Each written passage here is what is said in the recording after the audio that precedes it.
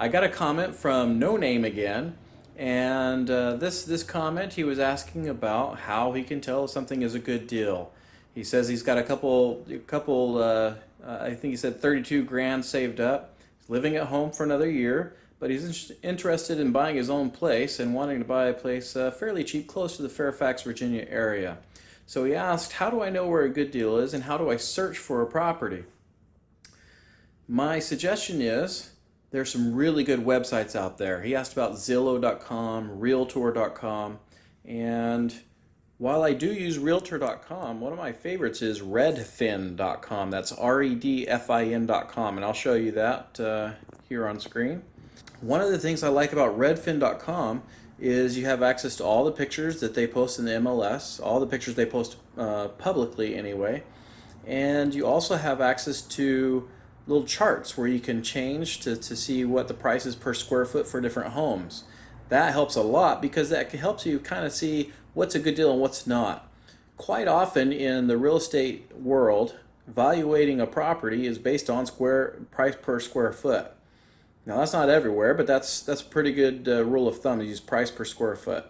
Even appraisers, when they're going through their training, learn price per square foot. Now some of the things that they do is they'll look to see how much, say, a third bedroom versus a two bedroom, the difference in value between a two bedroom and three bedroom, to see what one extra bedroom is worth, or a two car garage versus a one car garage.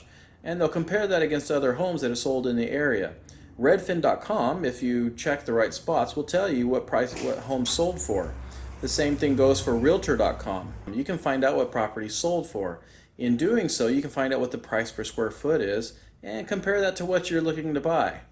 I typically like to look for properties that are in need of being fixed up because I know there's some value in fixing them, but I can also compare those against properties that are for sale right now or those that have sold. And when I look at the price per square foot, that gives me a pretty good idea that once I fix it up, what it's going to cost. And when you get to the point where you know what it costs to fix a bathroom or add carpet or paint, then you know how much profit you're going to have built into that property. So that's where I like to go. I also like auction.com. At auction.com, that's where if you have cash, you can go and buy properties in certain parts of the country cash. You go to auction and you say, hey, I have this many cashier's checks, etc., and you buy a property that's pretty cheap. You mentioned you specifically being No Name, the person that left the comment before. You had said that you live in the Fairfax, Virginia area, and I looked in your area and there's several condos that you can buy for $150,000. And so I would suggest taking a look at those properties, maybe condos that have lower homeowners association dues, maybe a two bedroom instead of a one bedroom, to see if you can get a cheaper two bedroom unit, because you might be able to rent out one room while you live in one and make some extra cash that way. So I hope that helps.